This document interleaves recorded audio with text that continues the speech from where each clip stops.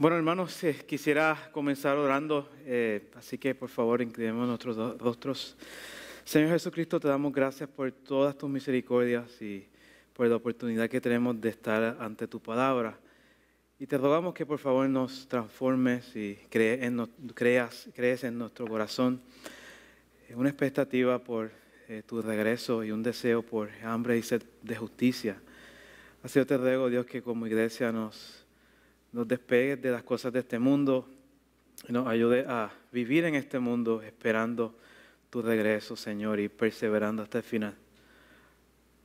Te doy gracias, Dios, por la oportunidad que tengo de no solamente formar parte de esta iglesia, pero también de poder servir a esta iglesia, Dios, para tu gloria, de crecer con esta iglesia. Así yo te ruego que por favor, tanto a mí como a ellos, me transformes, Señor, en medio de esta meditación de la palabra y que nuestros ojos estén puestos, Señor, en tu venida. En el nombre de Jesús. Amén. Hermanos, les pido que por favor abran sus Biblias en Apocalipsis, capítulo 22. Y a manera de introducción quiero que podamos ir a este pasaje porque así es que termina la Biblia. Y yo creo que es chocante el hecho de que nosotros como iglesia tristemente estamos bien atados a las cosas de este mundo y poco pensamos en el hecho de que nuestro Señor Jesucristo regresa. Y a veces estamos más comprando y vendiendo, planificando de mañana. Y claro, hay que planificar.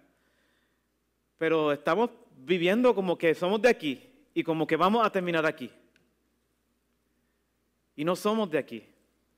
Y la Biblia termina con esta gran expectativa en el versículo 12 de Apocalipsis 22. Si llegaste al final de la Biblia, estás en el lugar correcto. Versículo 12, capítulo 22 en Apocalipsis dice: He aquí yo vengo pronto y mi galardón conmigo para recompensar a cada uno según sea su obra.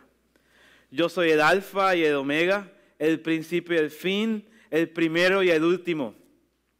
Bienaventurados los que lavan sus ropas para tener derecho al árbol de la vida y para entrar por las puertas de la ciudad. Mas los perros estarán fuera y los hechiceros, los fornicarios, los homicidas, los idólatras y todo aquel que hace y ama y hace mentira. Versículo 16.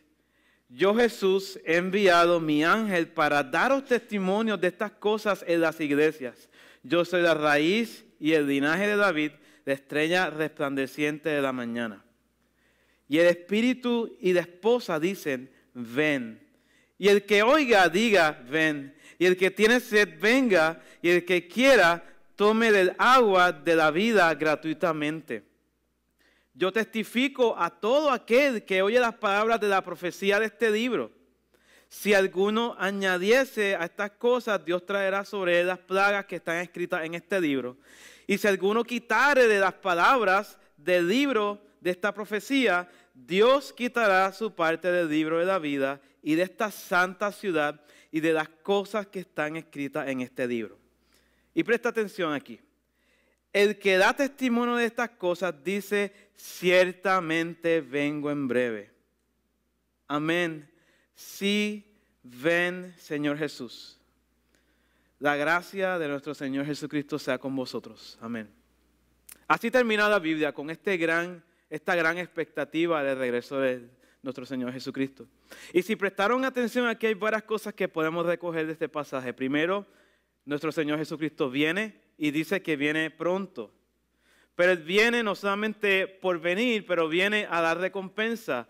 Al malo va a castigar, va a traer juicio y al bueno, al justo, Él le traerá bendición. Pero también hay otra cosa que se puede recoger aquí, es el hecho de que Dios continúa llamando a los pecadores al arrepentimiento. Aquí dice, bienaventurado el que vino y lava sus vestiduras. Y también llama a todos a que vengan a beber gratuitamente de su agua. Y finalmente, hay otra cosa que podemos recoger de este pasaje. Y es que la esposa, la iglesia, el pueblo de Dios dice, ven. Y termina en el versículo 20 diciendo, sí, ven, Señor Jesús. ¿Tú oras eso? Te pregunto, esa es tu oración.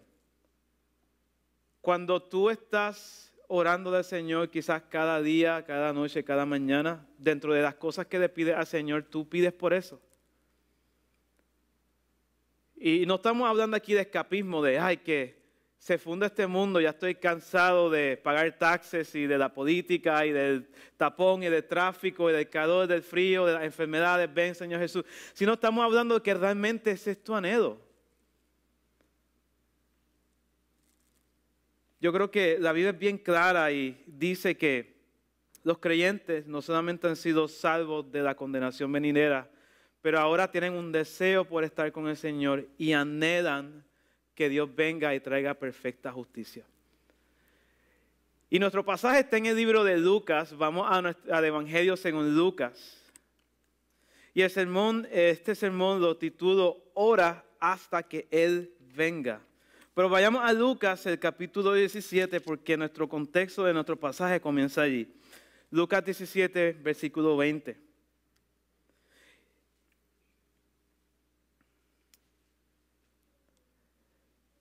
Mi propósito en esta noche es que nosotros podamos ver que el Señor nos manda a nosotros a esperarlo, a ser fiel y esperar la venida de nuestro Señor Jesucristo en oración. Por eso es que titulo este sermón como Ora hasta que Él venga. Ese es el imperativo principal de este pasaje.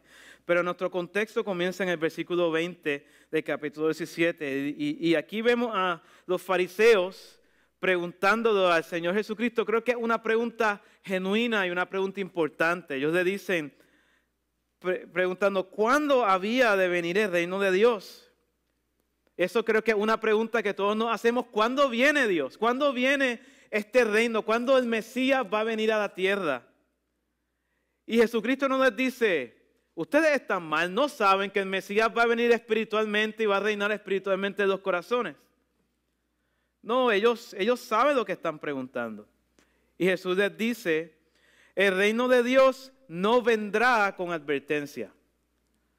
No es como cuando te vienen a inspeccionar tu apartamento y el landlord te envía una carta 30 días antes, te dice, el día tal vamos a ir a tu garage a ver si hay espacio para estacionar tu auto. O vamos a ver cómo tienes el apartamento. No, viene sin aviso, dice, ni dirán tampoco, he aquí o he allí. El reino de Dios no tiene una advertencia de cuándo va a venir. No hay 24 horas de anticipación a la venida de nuestro Señor Jesucristo. Pero dice, pero he aquí el reino de Dios está entre vosotros. Y aquí vemos dos aspectos del reino de Dios. El reino de Dios viene, pero el reino de Dios está. Está porque hoy está lidiando, trabajando en los corazones de los hombres. El evangelio está siendo esparcido, predicado en todo el mundo. Gente está siendo parte del reino de Dios. Pero también hay un aspecto de que el reino de Dios viene. Y aquí en el versículo 22, los discípulos, el Señor le expande mucho más el tema, porque vemos en los evangelios que sí Jesucristo lidia con los fariseos, pero es a los discípulos a quienes Él les revela mucho más. Y esta es la audiencia de nuestro pasaje. Los discípulos reciben esta enseñanza de varias cosas que se pueden conocer acerca del regreso de nuestro Señor Jesucristo. Él dice, el tiempo vendrá cuando desearéis ver uno de los días del Hijo del Hombre y no lo veréis. Y os dirán, he aquí o he allí, y no vayáis ni lo sigáis. O sea, va a haber un tiempo de tribulación en donde vamos a desear que estuviéramos cuando Jesucristo estaba aquí en la tierra. Pero van a venir muchos engañadores diciendo, Jesucristo está allí en la iglesia tal, o en la carpa allá, o está en el Amazonas, o en Puerto Rico aún estaba Jesucristo allí, hombre, hace unos cuantos años hasta que se murió el tipo que se llamaba Jesucristo. Porque como el relámpago que al fulgurar resplandece desde un extremo del cielo hasta el otro, así también será el Hijo del Hombre en su día. Cuando Jesucristo venga, no va a venir en una venida secreta, no va a ser un rapto secreto. Va a ser evidente como cuando hay un trueno un relámpago en el cielo que se ve por todas partes. Tu casa se ilumina y tú saltas porque te asustaste. Todo el mundo se da cuenta. Y después dice en el versículo 25, pero primero es necesario que padezca mucho y sea desechado por esta generación. Ellos esperaban que el Mesías vendría a reinar en Jerusalén y sabían que Jesucristo era el Mesías, los discípulos. Pero Jesucristo les está diciendo, todavía yo no voy a reinar como se ha profetizado en el Antiguo Testamento. Es necesario que todavía el Mesías padezca mucho y sea desechado por esta generación. Como fue los días de Noé, así también será los días del Hijo del Hombre. Comían, bebían, se casaban y se daban en casamiento hasta el día en que entró Noé en el arca y vino el diluvio y los destruyó a todos. Y asimismo sucedió en los días de Lot. Comían, bebían, compraban, vendían, plantaban, edificaban. Mas el día en que Lot salió de Sodoma, llovió del cielo fuego y azufre y los destruyó a todos. De nuevo, Jesucristo va a venir sin aviso. Y tristemente la gente estará cada cual en la suya. Cada cual en su propio rollo. Cada cual en su propio asunto, no pensando en que va a venir un juicio. Versículo 30. Así será el día del Hijo del Hombre, así será el día en que el Hijo del Hombre se manifieste. En aquel día habrá una división. ¿Cuál es la división? Bueno, uno será tomado, el otro será dejado. Dice, el que está en la azotea y sus bienes en la casa no descienda a tomarlo. El que está en el campo, asimismo no vuelva atrás. Acordaos de la mujer de Lot. Todo el que procurare salvar su vida la perderá y todo aquel que la pierda la salvará.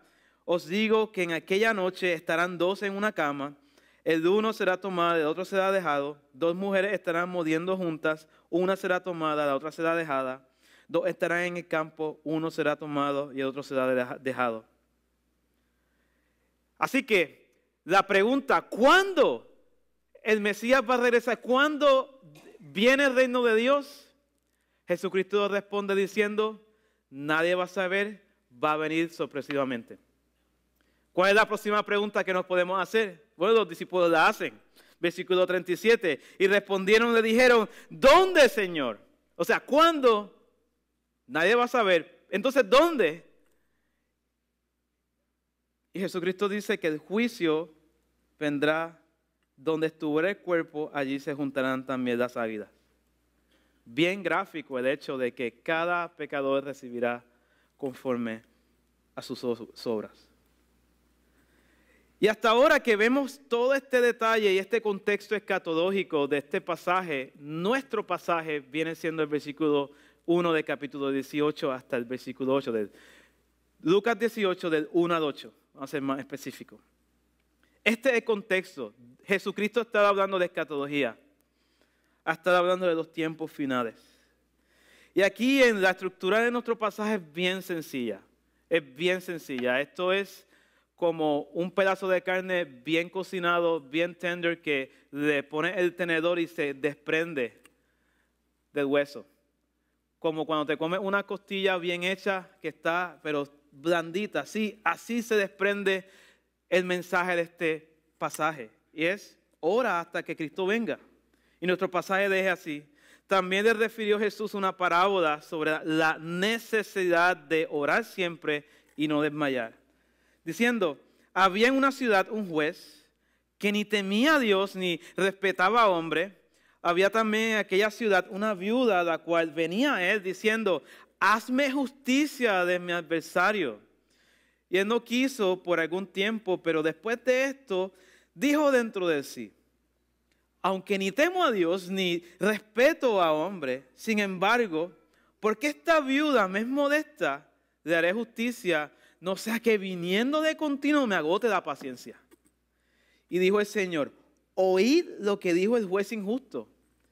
¿Acaso Dios no hará justicia a sus escogidos que claman a Él de día y de noche? ¿Se tardará en responderles? Os digo que pronto le hará justicia. Pero cuando venga el Hijo del Hombre, ¿hallará fe en la tierra? Este es nuestro pasaje y el pasaje es bien claro. Versículo 1, vemos ahí la introducción, el propósito, el qué.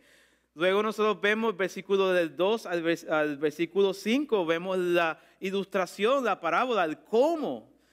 Y luego en el versículos del 6 al 8 vemos el por qué, la implicación, el por qué. ¿Por qué debemos orar hasta que Cristo venga? Y claro, vemos el versículo 1, aquí esta idea de que también Jesús le refirió una parábola sobre la necesidad de orar siempre y no desmayar.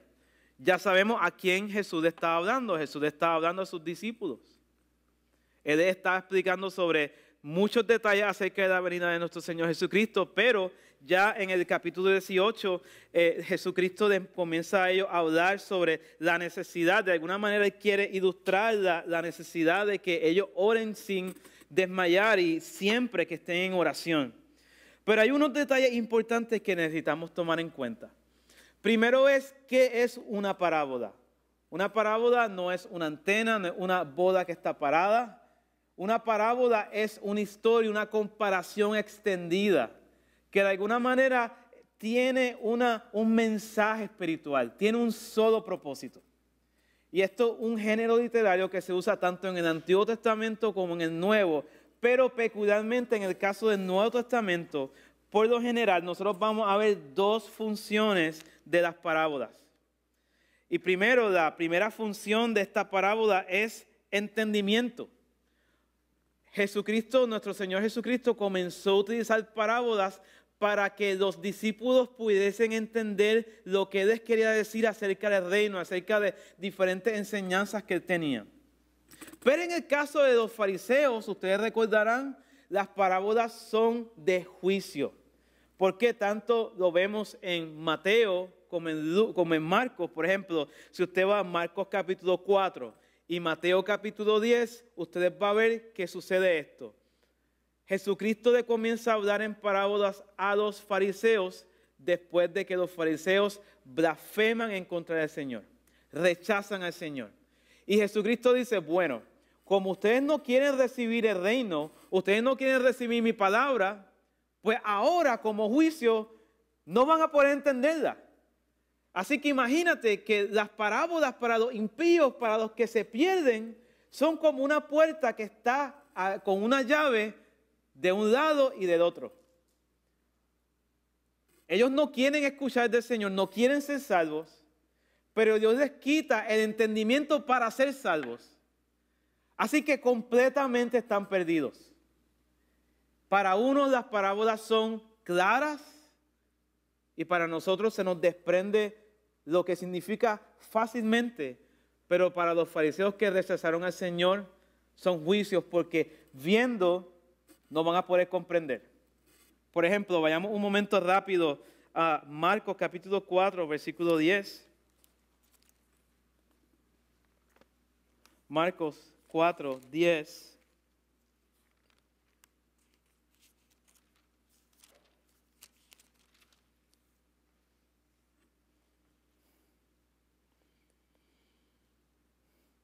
Y dice nuestro Señor Jesucristo, dice aquí la palabra, perdón, cuando estuvo solo, los que estaban cerca de él con los 12 le preguntaron sobre la parábola. Y les dijo, a vosotros os es dado saber el misterio del reino de Dios, mas a los que están fuera por parábolas todas las cosas, para que viendo vean y no perciban, oyendo oigan y no entiendan, para que no se conviertan y les sean perdonados los pecados. Ustedes ven, el Señor está diciendo, ellos no querían recibir el reino, pues como juicio no van a recibir el reino. Pero aquí a nuestro Señor, a los discípulos, si regresamos al capítulo 18 de Lucas, Él está dando a los discípulos una parábola. Y es bien interesante que en este caso el propósito de la parábola se nos da inicialmente. Se nos dice, el punto de la parábola es que tú sepas la necesidad de orar siempre y no desmayar. Ahora, si nosotros nos ponemos a pensar sobre la palabra desmayar, ¿Por qué ustedes creen que esa palabra está ahí? Bueno, la razón es porque ya el texto te está dando una idea de que nuestro Señor Jesucristo viene seguramente, pero no viene tan rápido como tú piensas que va a venir. Y tú vas a tener la tentación de desmayar. Y este desmayar significa dejar la fe, significa dejar de creer en el Señor, significa apostatar. Y nuestro Señor nos está diciendo, tú no debes apostatar, tú debes perseverar en oración por su venida hasta que Él regrese. Inicialmente cuando yo estaba escogiendo este pasaje, yo decía, yo quiero estudiar este pasaje porque quisiera de alguna manera que me impulsara mucho más y me animara mucho más en mi vida de oración, por las diferentes cosas por las que oro. Pero cuando ustedes, vamos a ver ahora este pasaje no está hablando de la oración en general, aunque hay unas cosas que podemos entender, pero este pasaje no está hablando de que si tú oras lo suficiente por las peticiones que tú tienes, Dios te las va a dar. Este pasaje te está llamando a ti a que tú ores para que el Señor venga y traiga perfecta justicia. Porque al final del día, si tú dejas de esperar en que nuestro Señor Jesucristo regrese, ¿qué te estimula eso a ti a vivir como la palabra nos dice? Si estás más enamorado de las cosas del mundo. Yo recuerdo a un gente soltera y quizás yo mismo, tan tonto, diciendo, ay no, que el Señor no venga hasta que me case. O sea, ¿cómo va a ser? Claro que el matrimonio es bueno, pero, o sea, hay una perfección por venir.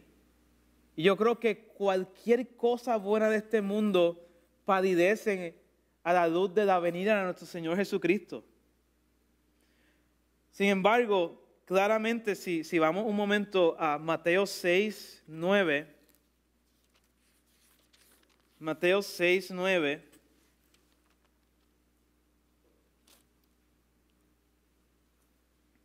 cuando los discípulos le preguntaron, en este caso está en el contexto de el Sermón del Monte, pero en otros evangelios acomodan esto de alguna manera, los discípulos preguntando al Señor, enséñanos a orar.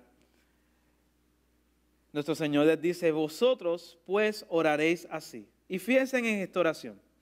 Padre nuestro que estás en los cielos, santificado sea tu nombre. ¿Qué dice el versículo 10? Venga tu reino. ¿Tú te has fijado en eso? Nuestro Señor nos ha estado enseñando a orar por la venida de su reino. Pero muchas veces lo que traemos es, Señor, dame un trabajo, quítame 2 achaques, tráeme un novio, una novia. Señor, que me pueda pegar el loto en el Powerball. Señor, que nos lleva mañana. Pero lo que importante es, Señor, ven a tu reino. Hágase tu voluntad como en el cielo, así también en la tierra. El pan nuestro de cada día, dánoslo hoy y perdónanos nuestras deudas como también nosotros perdonamos a nuestros deudores. Y no nos metas en tentación, mas líbranos del mal, porque tuyo es el reino y el poder y la gloria por todos los siglos. Amén. Hermano, esta es la oración que nuestro Señor Jesucristo nos enseñó a hacer. Fíjate que el autor de Hebreos hace una exhortación también a los creyentes en Hebreos 10, 35 a 39. Dice, no perdáis pues vuestra confianza, que tiene grande galardón, porque os es necesaria la paciencia para que habiendo hecho la voluntad de Dios obtengáis la promesa, porque aún un poquito y el que ha de venir vendrá y no tardará. Mas el justo vivirá por fe, y si retrocediere no agradará a mi alma. Pero nosotros no somos los que retroceden para perdición, sino los que tienen fe para preservación del alma. Ya que vemos esta introducción que nuestro Señor nos da, vamos a ver la ilustración. ¿Cómo es que vamos a orar siempre sin desmayar? Y pues nos da aquí una parábola, y esta parábola que leímos hace un momento en Lucas 18.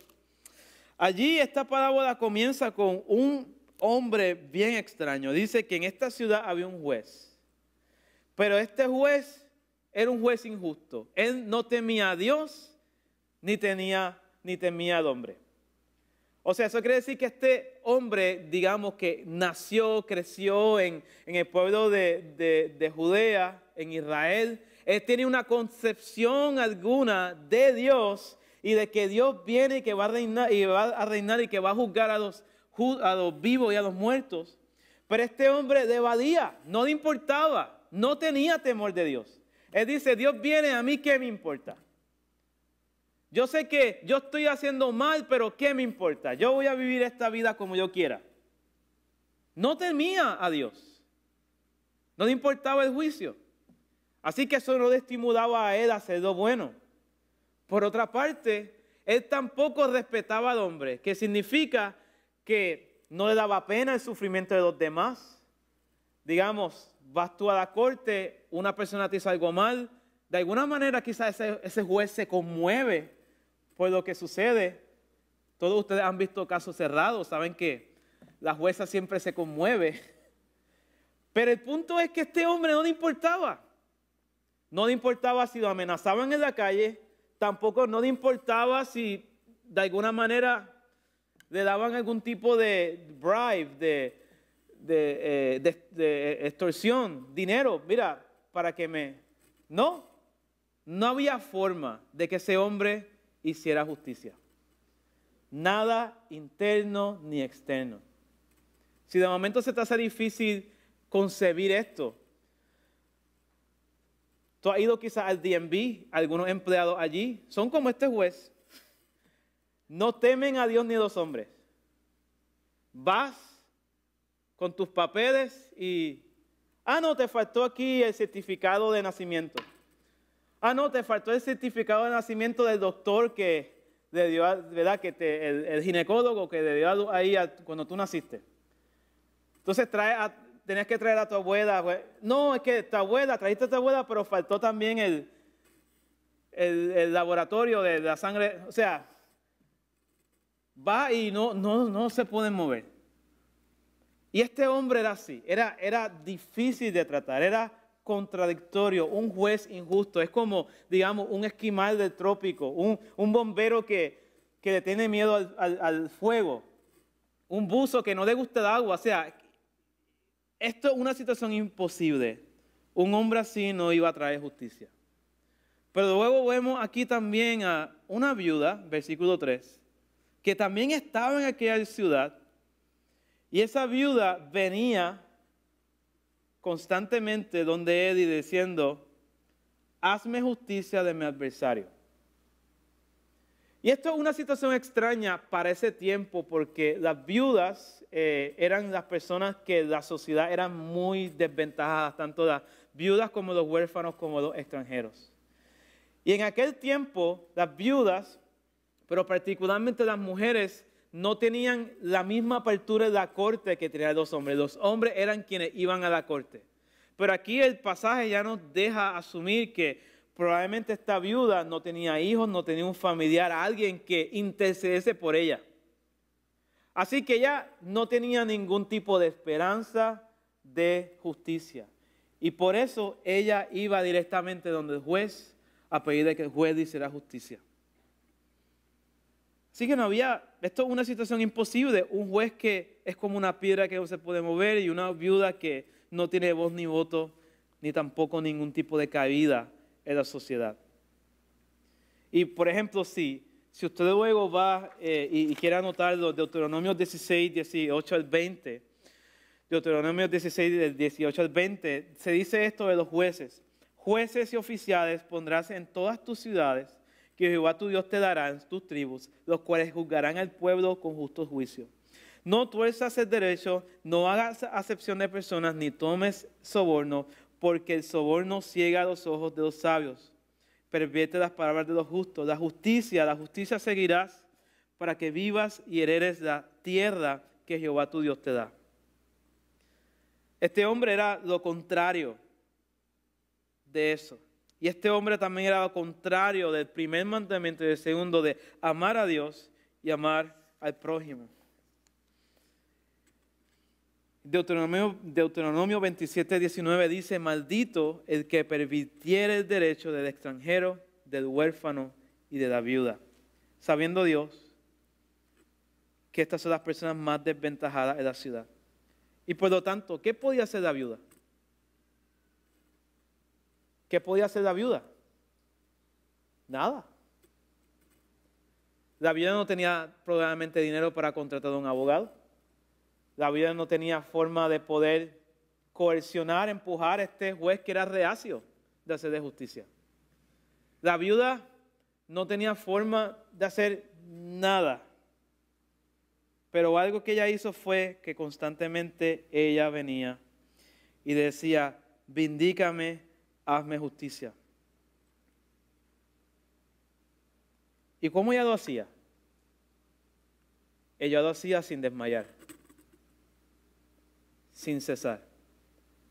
Miremos el próximo versículo, dice, versículo 4, y él no quiso por algún tiempo. ¿Cuál tiempo? El pasaje no nos dice. Pero el punto del pasaje es que hubo un tiempo en el cual quizás cualquier persona se hubiera rendido. Pero ella continuaba constantemente yendo donde él.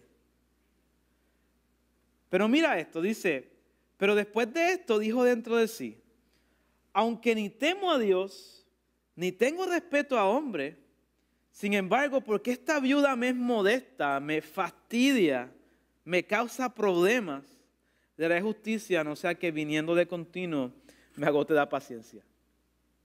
¿Qué fue lo que movió al juez? ¿Fue que la viuda le dio un poquito de dinero? ¿Fue que la viuda hizo una marcha con la ciudad? ¿Fue que la viuda recogió firmas? Fue que la viuda hizo lo único que podía hacer, y era constantemente presentar su petición delante del juez. El juez no cambió porque se le prendió el bombillo y dijo: es verdad, yo he estado pecando contra Dios. O debo amar a mi prójimo. No. Lo único que podía mover este juez era si algo le molestaba a él. Pues porque por conveniencia déjame resolverle a esta señora para que me deje quieto.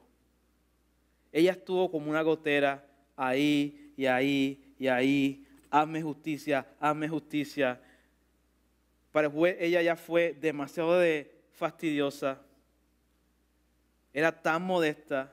Y en el original, literalmente, la idea que está aquí, cuando dice que me agote la paciencia, es la idea de que me está dando golpes en el ojo, así como un tormento, constantemente. Y pues, él le hizo justicia. Y hermanos, esta forma, este pasaje nos muestra la forma en la que debemos orar sin cesar, sin desmayar. Nosotros estamos en un mundo quebrantado y por ejemplo, este fin de semana nuestra hermana Funes tuvo un accidente, gracias a Dios está bien.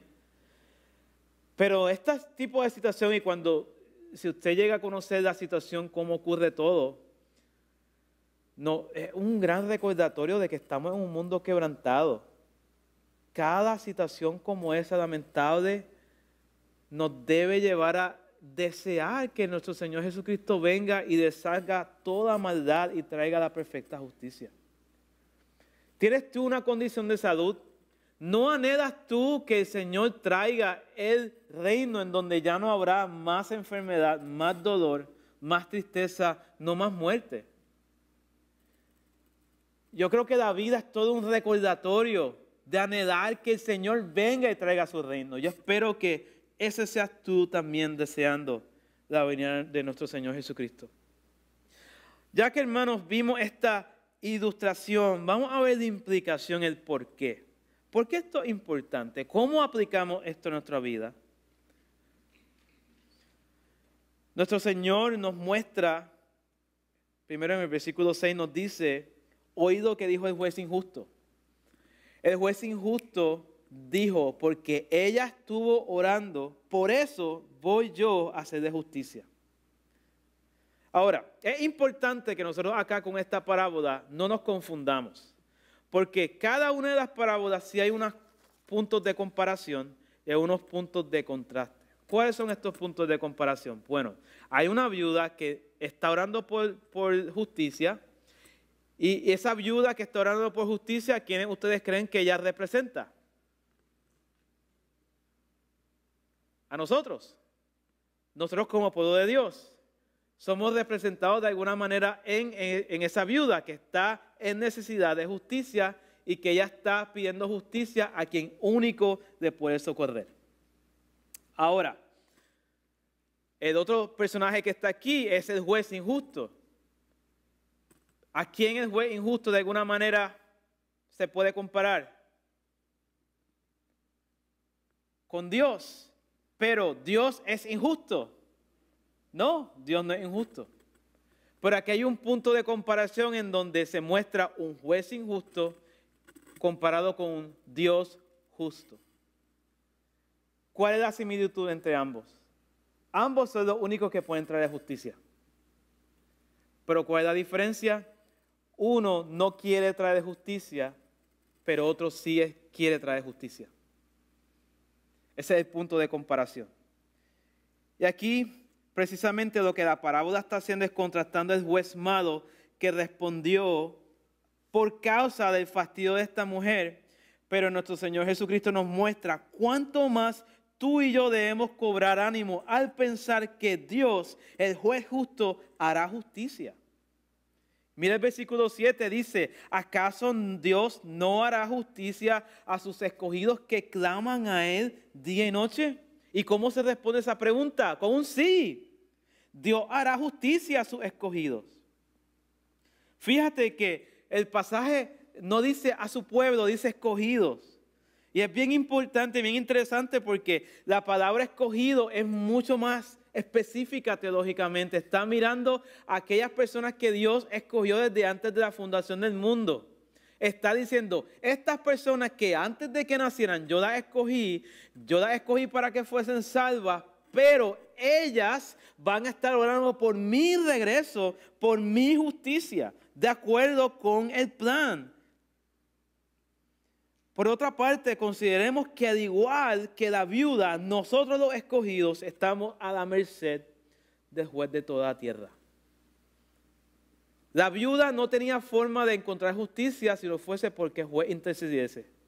De la misma forma tú, como creyente, no obtendrás justicia si no es que Dios interviene en tu vida. ¿Qué nos está diciendo este pasaje?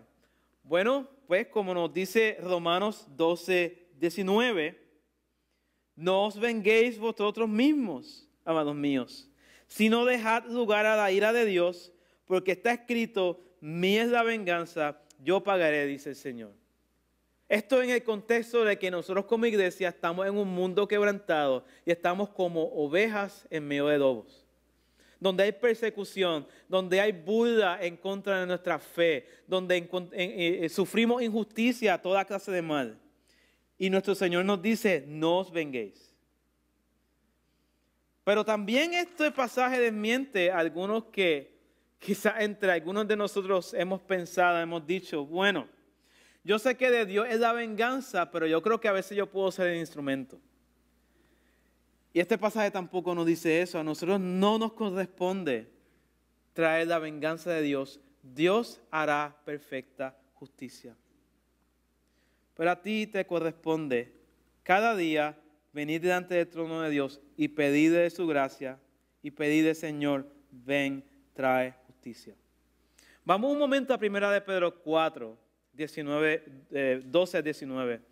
1 de Pedro 4, del 12 al 19. Pedro está escribiendo una iglesia que unos hermanos que han sido esparcidos en medio de diferentes provincias del imperio, fueron dispersados, están en el exilio, son gente que está sufriendo diversas tribulaciones.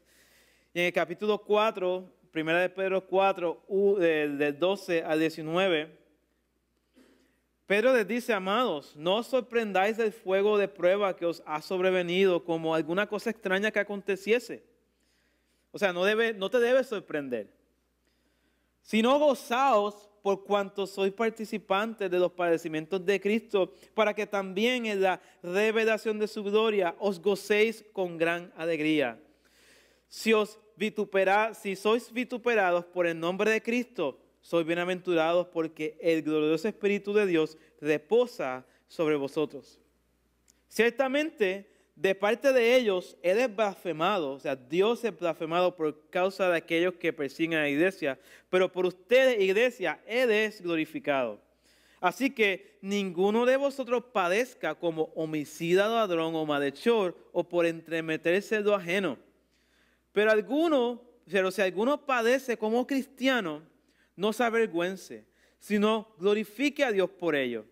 Porque es tiempo de que el juicio comience en la casa de Dios.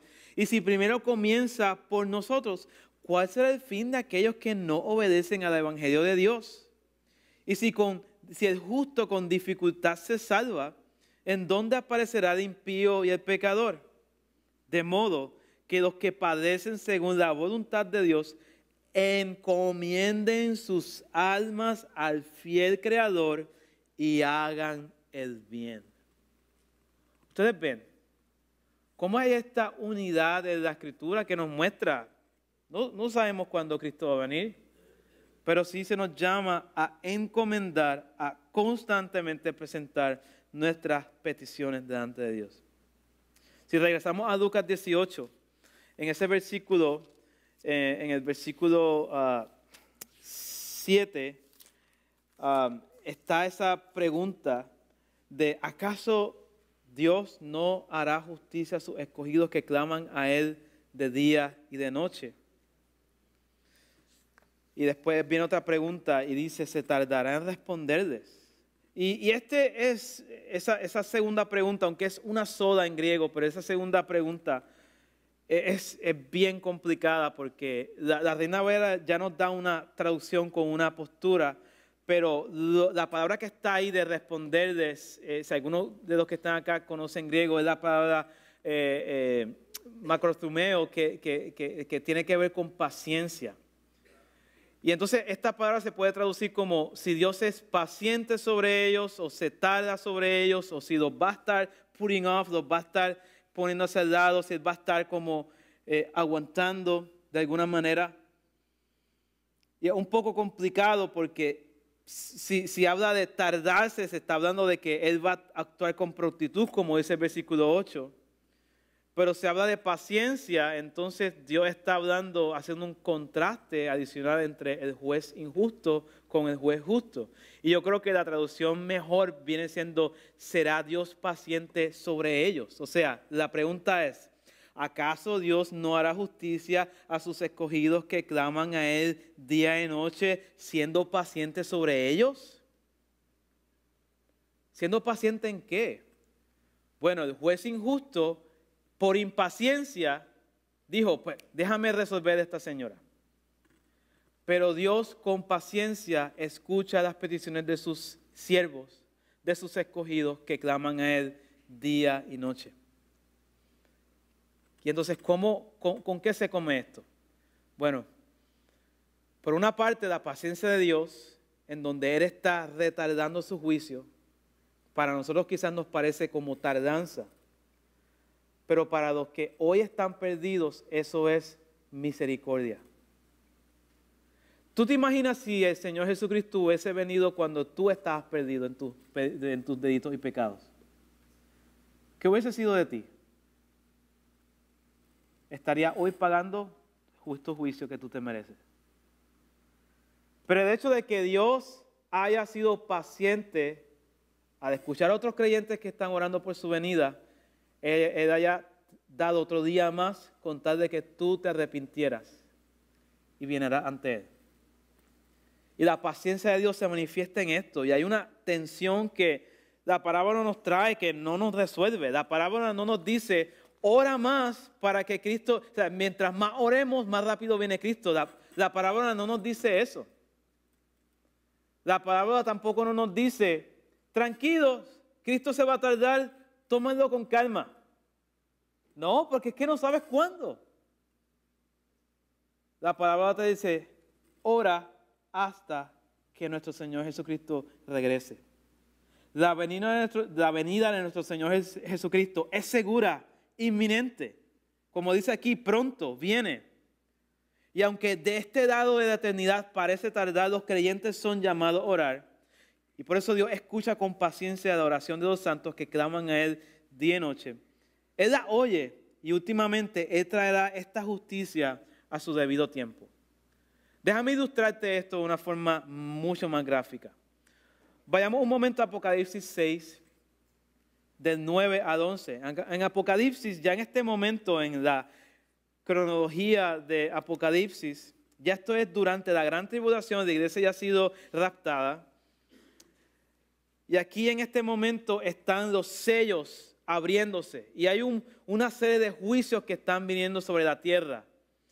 Y los impíos que están en la tierra están muriendo y están, en vez de arrepentirse, siguen levantando el puño contra Dios y blasfemando contra Él. Y en el versículo 9, cuando se está por abrir el quinto sello, se nos abre un poco, se nos vuelve, la cámara ahora cambia hacia el cielo para mirar un poco de qué ha estado sucediendo en el cielo mientras el Señor está trayendo este juicio sobre la tierra.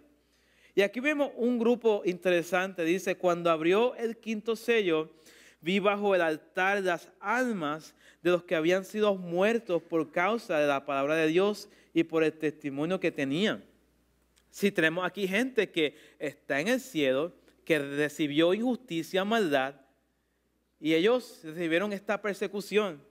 Pero ¿qué ellos estaban haciendo allí en el cielo? Versículo 10 nos dice, y clamaban a gran voz diciendo, ¿hasta cuándo, Señor, santo y verdadero, no juzgas y vengas nuestra sangre en los que moran en la tierra? Bien parecido a la viuda, diciendo, ¿hasta cuándo? Hazme justicia, vindígame.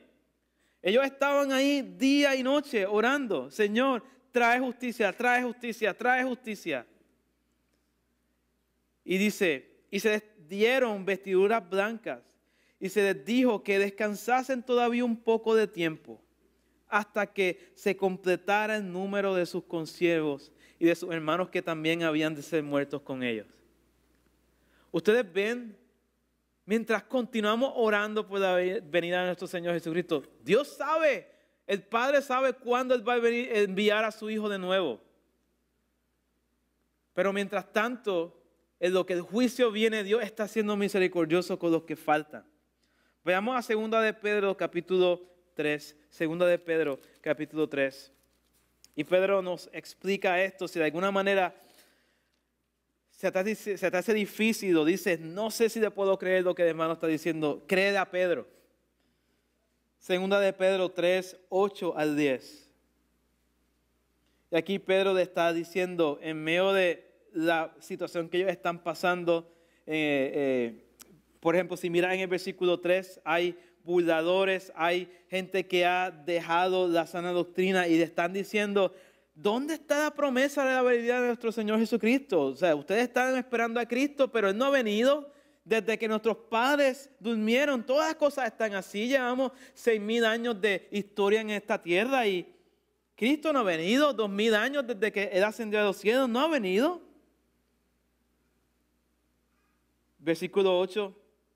Mas, oh amados, no ignoréis esto, que para el Señor un día es como 1,000 años y 1,000 años como un día.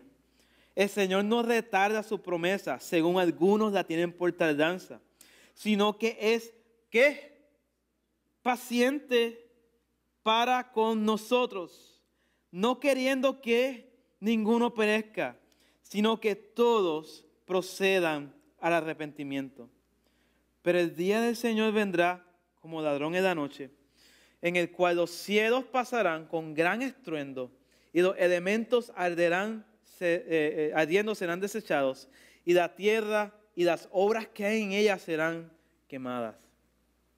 Es cierto, es seguro, certero, inminente, nuestro Señor Jesucristo viene y traerá su recompensa a cada uno.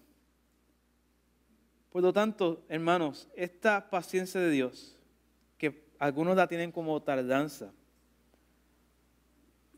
para nosotros es misericordia. Esto te debe a ti estimular a orar, pues Dios no se niega a oír nuestras peticiones, sino que nos alienta a que lo hagamos, como vimos en estos pasajes. Mientras Dios tiene paciencia en salvar gente, nuestro deber es, Señor, trae justicia.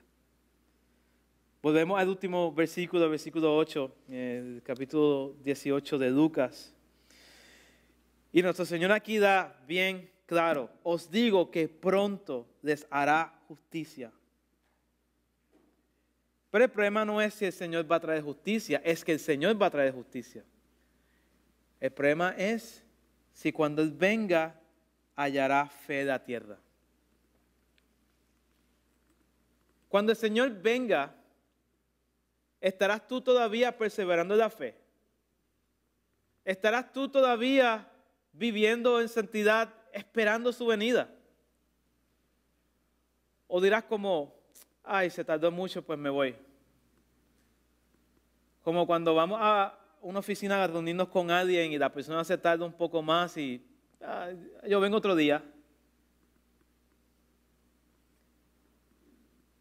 O sea, hermanos, el pasaje cierra como comenzó. Dios va a traer justicia a su tiempo, pero el problema es si vamos a perseverar hasta que Él venga o si vamos a desmayar, vamos a dejar nuestra fe, si vamos a convertirnos en apóstatas, como mucha gente de la iglesia hemos visto en todos estos años. ¿Cuántas personas has visto tú en la iglesia que quizás vivieron muchos años de sus vidas sirviendo al Señor? Y de momento dicen, yo me cansé de esperar, yo me cansé de ahí, y se van al mundo. Son como Demas, el compañero que fue compañero de ministerio de Pablo, que se fue amando las cosas del mundo. Hermano, yo no quiero que ese seas tú. Yo no quiero que ese seas tú. Yo quiero que como el Señor nos manda, estemos constantemente mirando su venida. Entonces, cuando miramos este pasaje, ¿cómo conecta con el principio? Cristo viene a traer justicia, pero ¿cómo debemos esperar? ¿Cómo permanecemos en la fe sin desmayar? Pues tú permaneces en la fe sin desmayar, sin apostatar, sin renunciar a tu fe, orando siempre y sin desmayar. Hermano, si tú eres un creyente, esto te debe a ti caracterizar. Vamos un momento a Tito capítulo 2, del 11 al 14. Tito 2, del 11 al 14. Si tú eres un creyente, tu vida debe ser esta. Si tú eres un creyente, tu vida debe ser esta. Tito 2, 11 al 14.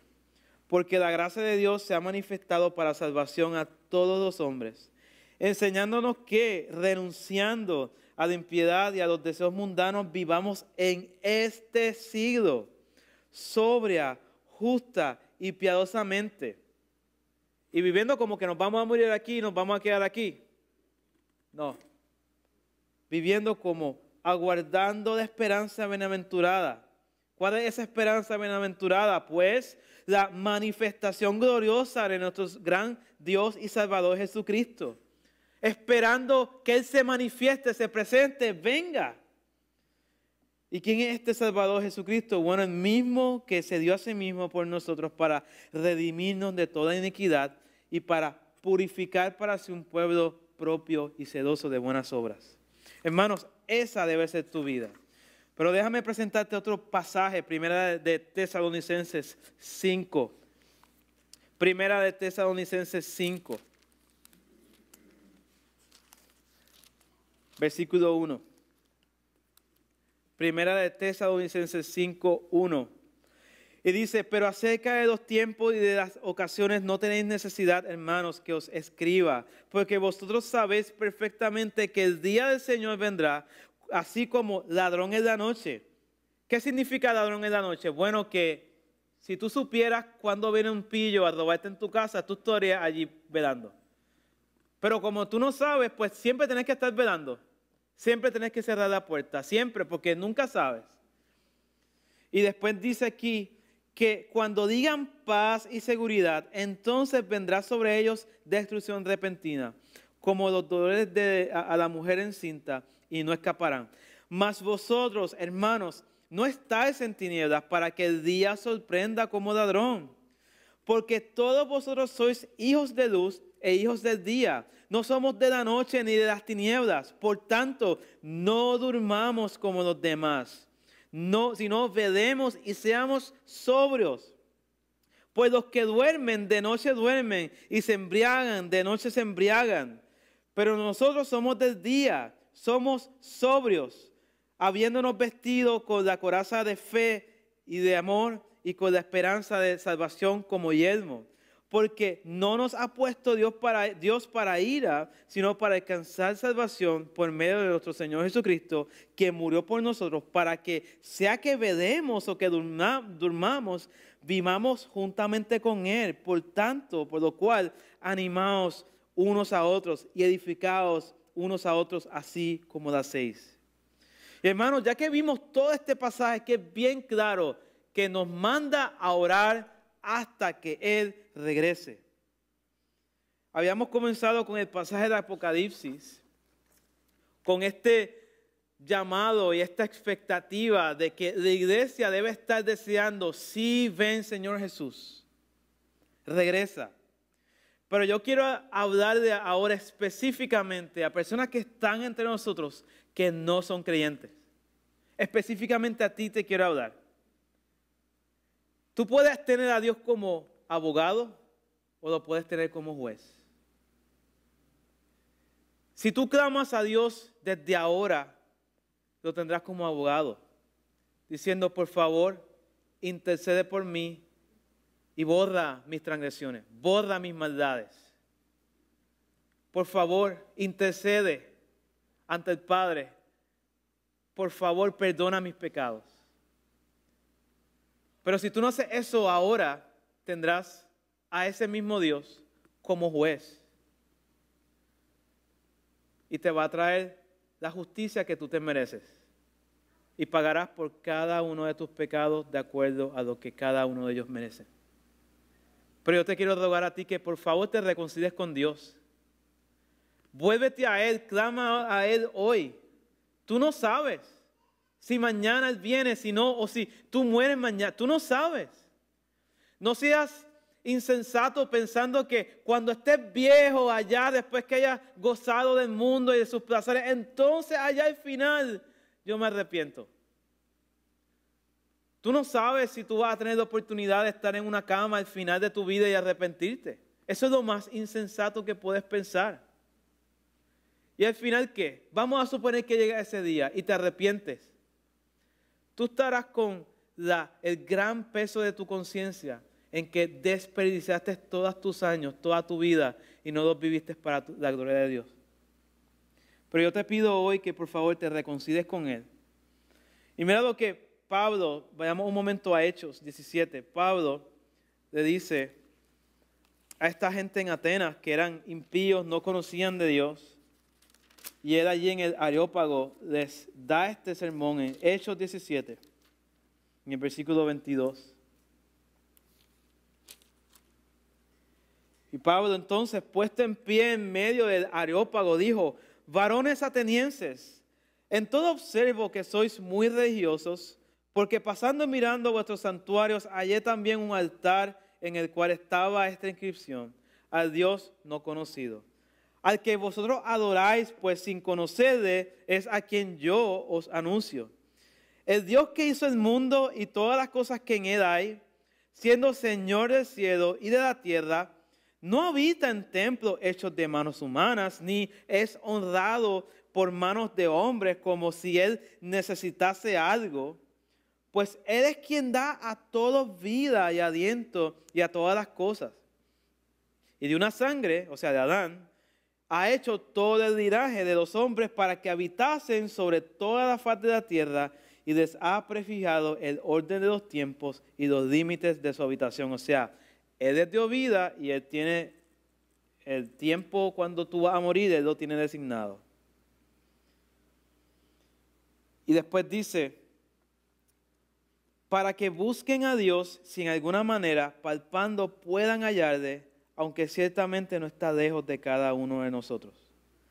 Porque en Él vivimos y nos movemos y somos, como algunos de vuestros propios poetas también han dicho, porque linaje suyo somos. Siendo pues linaje de Dios, no debemos pensar que la divinidad sea semejante a oro, plata o a escultura de arte y de imaginación de hombres.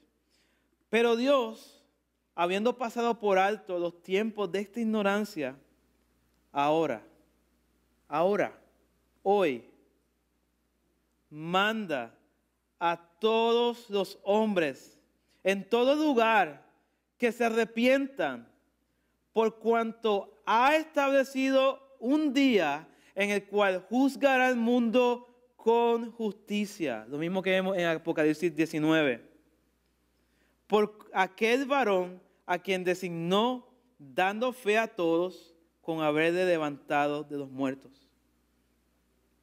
Tú hoy, al ver la evidencia de la resurrección de nuestro Señor Jesucristo, que la Escritura nos dice, Él es Dios.